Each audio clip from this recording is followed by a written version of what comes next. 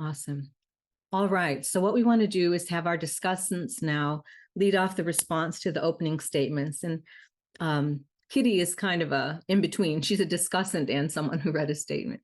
So we have Kitty. We also have Kathleen Kelly as one of our discussants. She's a feminist attorney who is part of the original Title IX working group and organizer for the implementation regulations. She's a former chief of the Special Victims Unit in Trenton, New Jersey, executive director of nonprofit organizations serving women and children, including the International Breast Cancer Research Foundation, and currently works in labor law. Shani Handel is an office worker, off and on again organizer, and leftist.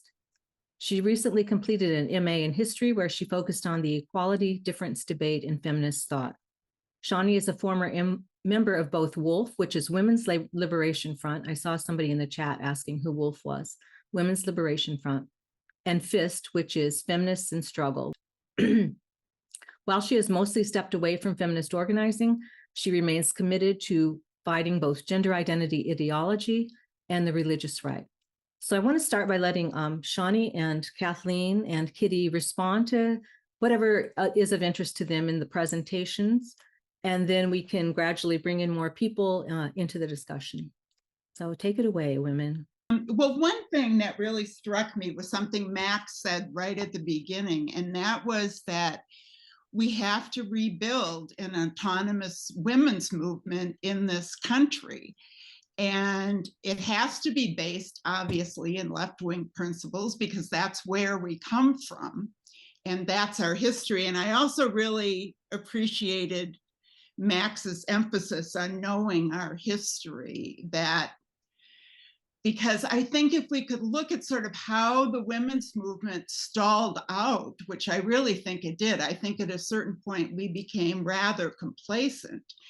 And not all of us, but I think the movement in general. And now we find ourselves needing to rebuild a movement, but we're up against, on the right wing, this incredible monolith of interconnected organizations that are very well funded.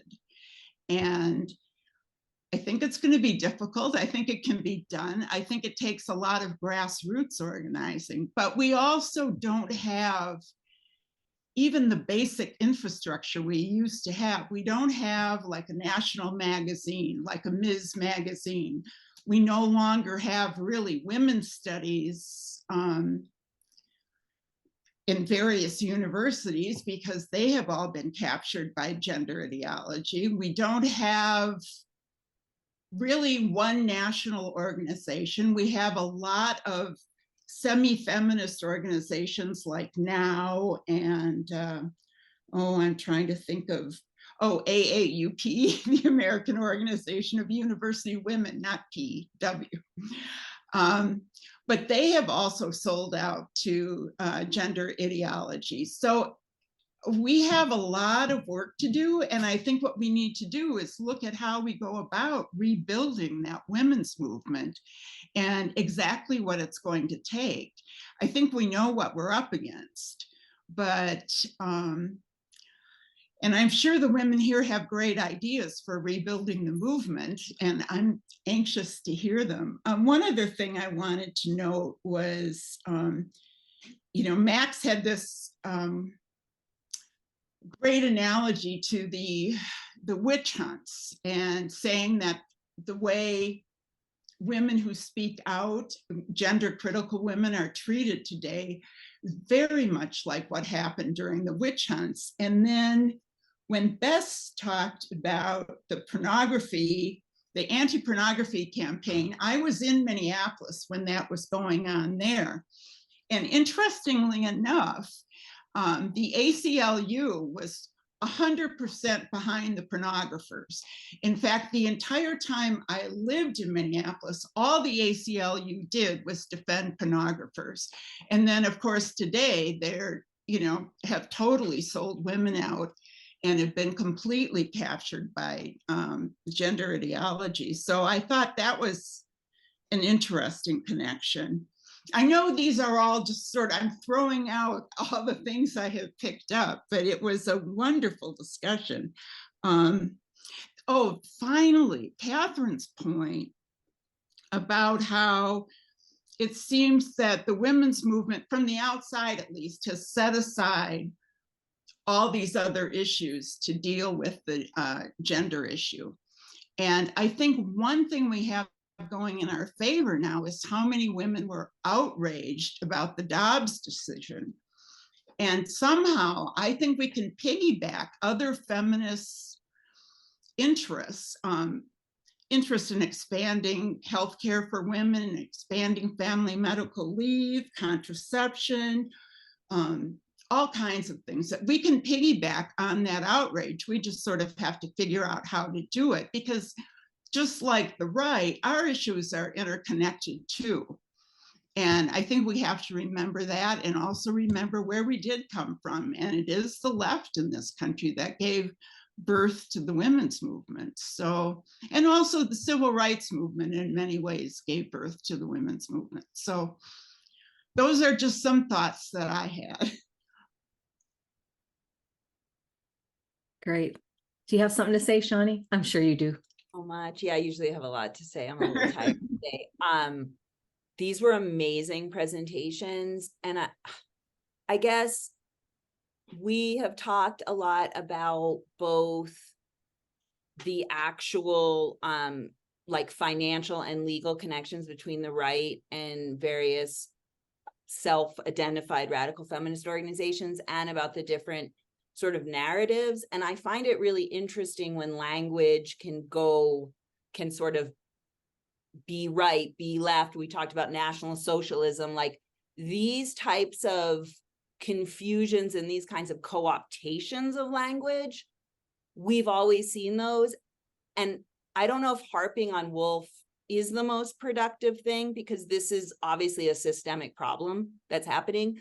But it is true that supposed radical feminists directly gave members of the Heritage Foundation and other right-wing people direct talking points.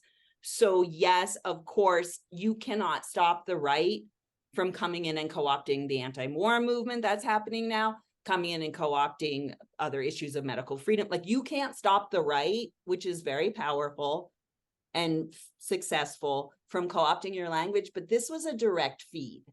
And I think that's why I want to kind of ratchet up the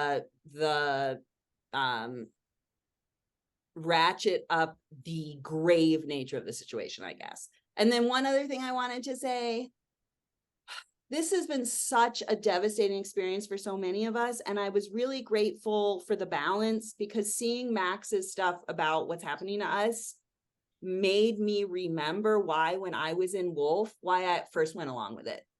Because when I've been away from this for a while, because honestly, like, I can't take it. When I saw Max's slides of what is happening to us and these violent threats, I started to get that feeling I had when I was in Wolf of like, I don't fucking care. I'll do whatever it takes, right? And that is, I really feel like as we try, I really hope we can really push hard on women that this is a grave mistake, but we can't let go of like our empathy and our understanding of why women feel this way, because it's damn ugly. That's all I have to say. There's some really good questions in the chat, so hopefully we can get to those. Okay, I want to say a couple of things really quick. First of all, I agree with you about that. Don't forget our empathy on that. That's the thing that I really struggle with, because I don't agree with the right-wing politics of some of the smaller groups that I see. At the same time, I see them being threatened, you know, physically threatened, and I'm just alarmed and worried for them. And I do care about them. You know, it's a real stress. The other thing I wanted to speak up of, ask about is, two things. I wanted to say about abortion. When we talk about building a new, rebuilding an autonomous movement, to me, it seems a huge strategic error that we're going to set aside. Not only is it wrong because so many women are in grave danger right now with the way the abortion rights situation is, but what a terrible strategic error from a social movement's perspective. This is the issue that's bringing women out in the streets. This is the issue that's galvanizing women. This is where a movement could possibly grow from and build from. You know, it's an issue that all these women care about, but that's being set aside to just deal with the transgender. But finally, I have a question for Kitty. I don't know if I heard you correctly, but when you were talking about women who were going for help, who were detransitioning, and then they were getting loved bombed by certain institutions or whatever, and it turns out they're right-wing institutions or organizations, I had this sudden flash thinking, this reminds me of like pregnancy crisis centers, when women think that they're going to get help and get an abortion, and it turns out to be a right-wing group. Can you talk a little bit more about what you meant then when you said that, and whether that is a legitimate parallel? Certainly, and I feel like you could absolutely make a parallel there. So sort of what we've been seeing happening is, a woman will be very freshly detransitioned. She's in really intense distress. She'll post on social media. Often it's Twitter, sometimes it's other platforms, a cry for help, a video saying, I feel very distressed right now, just basically in crisis. And within 24 hours, there will be dozens, if not hundreds of replies, and many of them are from conservatives, and not just conservatives like concerned parents or just like the general conservative population, but from conservative news outlets and conservative talk shows and conservative all kinds of people who make conservative propaganda, and these women who are in intense crisis will be totally overwhelmed. Some of them just leave and disappear. Some of them totally get involved because they don't know anything else. And I think that the Hope Pregnancy Centers is a good analogy, because you don't know when you go in there in your crisis, you want help, and these people are saying it's gonna be okay, we're gonna help you. And in the case of detransition women, there's also this idea that if a woman is if a woman consents to being in conservative media or being the icon for a lawsuit, she can save other women. There's an idea, if you don't do this, other girls and other women are going to suffer because of you, and if you do this, then you can save other women. So it's like this intense martyrdom thing, and these women are being chewed up and spit out. Like I think the average, like, in the spotlight range of detransition women right now is 6 to 12 months, because it's just very intense. There's incredible backlash from all around you, from trans people, from liberal people, even if you start saying stuff that conservative people don't like, there's just a lot of backlash. It's just this very high intensity social media type environment where it doesn't have longevity, and it's very, very difficult on women who are already in crisis to be put in these situations where really ideally they would be given time to heal, calm down, Right. and just cope with what's happened. Right. Do any of our presenters, do you have things that you want to say before we start taking questions from the chat, or should we take chat questions? I did want to say that I'm really, really grateful for these presentations. So I'm in my early 30s. A lot of the women I know are in their early 30s, their 20s, early 20s. And a lot of us, I just learned so much just now that I didn't know. And it's really, there's a lot of women in our age group who are really, really hungry for this knowledge. Like, we want to know. We missed it, we were kids, or like we weren't political. And it's so stabilizing to get this information, to understand what's going on and why. So I just wanted to say thank you, and that it's really essential for us as younger women. Yeah, it's just incredible seeing all these presentations. So right on. I hope we will be able to have this all on recording. I know I want it. I want to use it as some basis for some of the radio shows I do.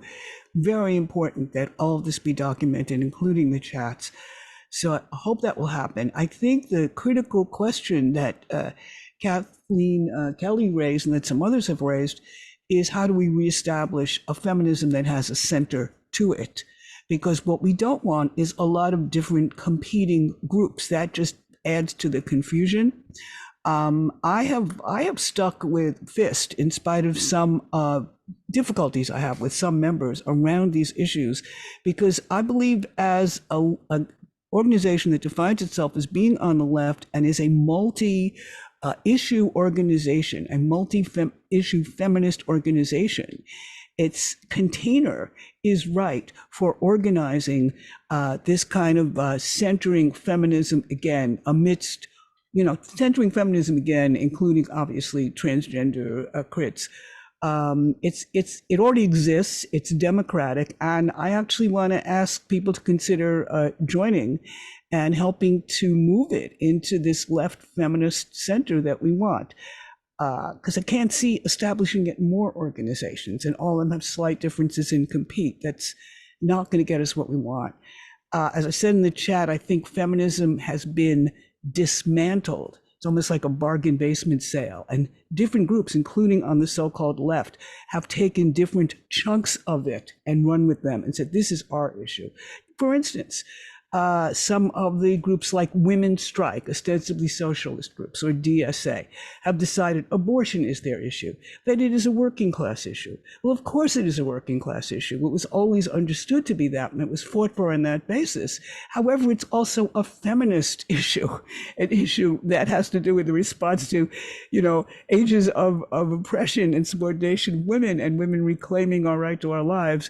And that is left out of these supposedly well-meaning socialists, who also, I have to say, are for sex work rights, it's in quotes, and surrogacy, and a lot of stuff that a lot of us radical feminists think are very exploitative.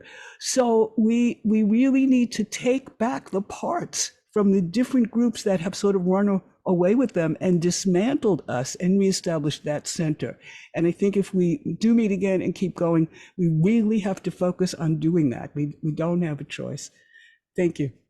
I think you're right. I think really we need to come back to this understanding feminism as a whole web of issues rather than all this fractured stuff like, no, this is the one issue and we're going to forget all those other issues. Yeah. Does anyone should we start with the chat questions? Okay. Micah, do we have some good questions from the chat? We do have some good questions. One thing that's on a lot of women's mind, though, is just about where the recording will be posted. So when that's finally done. We were still in discussions. I'm not sure how much of the recording will be posted. Some of it for sure will be posted, and it will be we can get to it from my blog, and then I will also have it on YouTube. But I'll be sure and sort of send out in some of the same places the information about where you can find it. Okay, and then so for these certain proposed initiatives, a woman is asking, what do you do if you support the initiative, say trans women in sports, but you know that the right is largely behind the effort? I think I put an answer in the chat, and I'll say that for myself, and we may all find ourselves supporting different solutions to the problem, but the legislation that the conservatives support is often very heavy-handed. In using the example of the sports, they'll use all out legal bans where there's no flexibility for contexts such as pre-puberty children, the non-competitive sports where people may want to have mixed groups or may want to welcome people from the opposite sex to their teams. And another thing that happens with these legal bans is that they use the state for enforcement. And I believe that some of the legislation even had criminal penalties to it. And for me, that's just really heavy-handed. It doesn't allow flexibility, and I don't support it. The suggestion that came out recently that the Department of Education is proposing for Title IX is a much more it's sort of unclear. And there we did criticize it, and then there's another episode on my podcast where we talk about it, but it does allow for some flexibility. So the conservatives just take a really black and white view on things, and some of their legislation around childhood transition is similar. So we And have to think. Oh yeah, go ahead, Kathy. No, I would just want to say it's also not politically realistic. One of the things that we hear a lot is that this is how politics work. We have to work across the aisle and all that. I think it's naive to think that you're going to back a bill by a far right winger, and the guy who introduced the sports bill, the Women Protect Women in Sports. This is a guy who he voted. I mean, this guy, he voted to not give the medal to the people police who protected the Capitol on January 6th. He went along with signed on to a lawsuit about overturning the 2020 election. The Democrats are not going to sign on to that bill. I'm sorry. That's not the political reality. And the other political reality is that the LGBT community is an important constituency for the Democrats. They're not going to put out something. I think we had some really good clues in the Title IX proposal thing. They're not going to support anything that is going to sound like you're just discrimination on the basis of being trans. It's going to have a justification in terms of safety, fairness, or some reason. And they're not going to, so a blanket ban is something that Democrats are never going to support. And so I think that is unrealistic for them to sit there and go, well, where are the Democrats on this? Of course, they're not going to sign on to that. It's difficult, but I think that we are going to have to get together and figure out our leftist positions, and then we are going to have to pressure the Democrats. We have to do a concerted effort of pressuring the Democrats. And Kathleen and I were thinking about doing some podcasts in the New Year's about this, about lobbying Democrats on some of this stuff, because she has experience.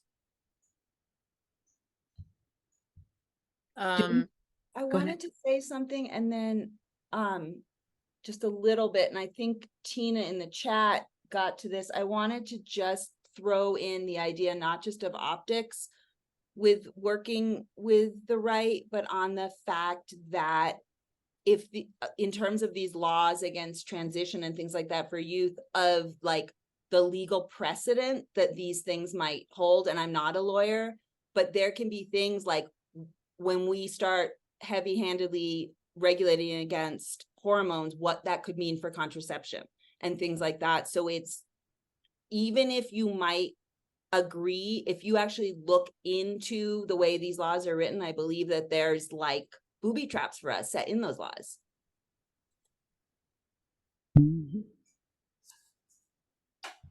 So do we have other questions? I just wanted to comment on what you just said, Kathleen. Katherine, I think it's really important. We are positioned now, not only do we have to rebuild our center of gravity, a woman-centered politics, all again from scratch, but we also have to really press on the Democrats and let them know from the grassroots level that the voters are not in favor of these policies they're advocating. I don't know if Newsom in California has signed it yet. I think he will. The bill that they just passed, which is, really, I mean, parental rights has been mobilized as a right-wing issue, but there's a real issue about the state imposing policies, which we saw happen with Stonewall in the UK, and we're now seeing it in the United States. We have to communicate to the Democrats mount as big of a resistance as we can and say, wait, do you see what you're doing? You're handing a weapon to the Christo-fascist right, to the Trumpists.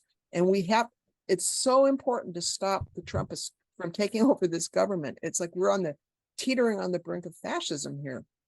So, I think that strategy you outlined, it's got to be a crucial part of what we're doing, whatever country we're in, to let them know it's not just conservatives. There's a critique of these policies that is humanitarian, that's, a human rights issue for young lesbians, for disadvantaged youth, for at-risk youth, for neurodivergent people. that are being targeted in ways, not to mention women in prisons, women's sports, refuges, all of that. You know, we're going to have to mount a defense, and we have to really make that case to them.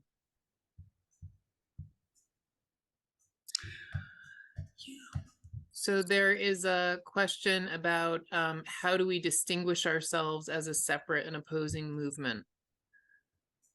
Yeah, that's a big question. I would like to take a crack at one part of that. I think the first thing we do is we name ourselves so that we are immediately recognizable as such. I think that we should basically, right now, we need to name ourselves leftists for however we want to put that, right? In terms of we're transcritical, gender critical, however we want to say that, but have the word leftist in it so that we can have an answer to all these people who tell us that we must be on the right if we have these views. And I'm very happy that Are You Asking Why has taken that official stand that they will not work with the right who are courting them. And I think we have to be able to point to a slew of organizations who are taking that stand and make that known to people on the left right away. And I very much agree with Max that we need to put pressure on the Democrats to not, advance any more of these bills and to hear what we are saying. We have to put major pressure on them. A lot of women, some of the women in FIST are like, the Democrats are equally bad with the Republicans, let's ignore them. I don't think that's exactly true. I think pressure can be brought on them. That's not the goal of my leftist activism and feminist activism, but for now, we really must do that. So those are my contributions. Anything else really kind of meaty that we might want to address, Micah? We're kind of at the end of our thing, but we can stay a little bit longer if people want to. Oh, I see Max has a hand up, or no? Okay. No, I forgot to put it down. Oh, okay, go ahead, Micah.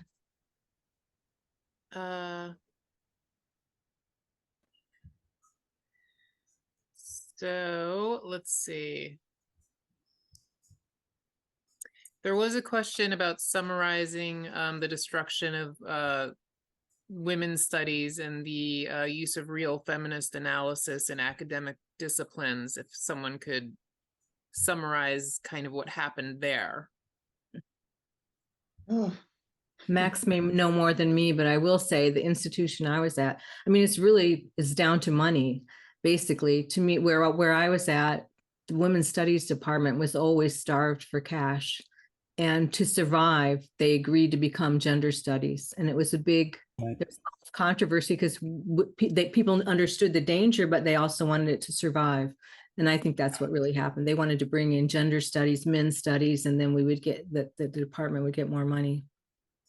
That's definitely part of it. The other part is that there were these ideological shifts and takeovers that took place, because first you had postmodernism, and then you had postmodern queer theory, and then you had Judith Butler, and then you had the queering of everything and the decentering of women in women's studies, and the name change from women's studies to gender studies. Right.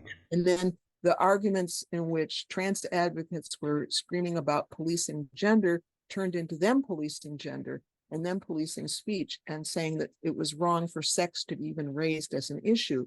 And so there was these huge arguments that would break out on the women's studies listserv, and those would gradually more and more get shut down because it became very acrimonious. And so the list owner would shut it down, and this happened. And then finally, the trans activists were demanding that even if somebody raised an issue, that it would be shut down even before an argument began. And so this was the institutional capture that took place. And, I was part of those conversations, and I had women writing me saying, I support this, but I'm afraid. I mean, this is a really big part of it. The fear of losing their job, their funding, their chance to get a job, of being expelled from the inner circle. Maybe they weren't ever even in the inner circle. And so this was basically queer McCarthyism took over. And this happened in academia, but it also happened in left organizations, in gay and lesbians organizations, National Center for Lesbian Rights, and a lot of others. And so, that institutional capture spread. And it is tied to funding. This is something that, we saw the swiftness and the ease with which trans rights shot to the top of the agenda, even without benefit of law, got placed as the most urgent issue, whereas women are still fighting after more of a century to get the ERA, just a basic guarantee of women's rights as a citizen. And so funding has very much to do with how that all happens, but there are also ideological capture dynamics that happen, and expulsions and exclusions of feminists who dissented. When you say that, it reminds me of what we were talking about before we started, and that is about having more of these. It really points up the need of having more education that's going to have to be outside the academy. We do where we have more, education to reclaim that. Like Kitty said, her generation wants to know, they're hungry to know. And so we might have to do more of that. Are we ready to sign off? We're 5 minutes over our time. Shall we say goodbye and thank everyone for turning up? I really want to thank all of you wonderful women for agreeing to my crazy idea and saying, yeah, let's go do one of these. I think it was all fantastic, and it's a lot to think about and process. And we'll put up, somebody from Women's Place UK raised her hand. She can speak. Can she be unmuted? Sarah at Women's Place. Here. Hi, it's late here and Jane's already gone to bed. I was trying to type into the group chat. Really, we are lobbying so hard here. As you know, it's easier here, it's smaller. We can meet up. But the networking, my message to you is network and get active. I know we're going to Labour Party conference because they've recently changed their allegiance to the concept of gender identity, and I think that's huge. And we're seeing the rollback. The tide is turning, and I think that Really is. Lobbying and networking, and I think it's very difficult for so many women, and that's one of the reasons for younger women. They've more to lose. I'm near pension age, and it doesn't matter so much, because I can't lose my job. I can't be. They can expel me from the Labour Party, but who cares? Really, that's what it takes. Is in answer to the question of where you go from here. I think it really is networking amongst yourselves and building your identity and speaking out, but in a way that is going to be effective, not just screaming into the void. Mm-hmm.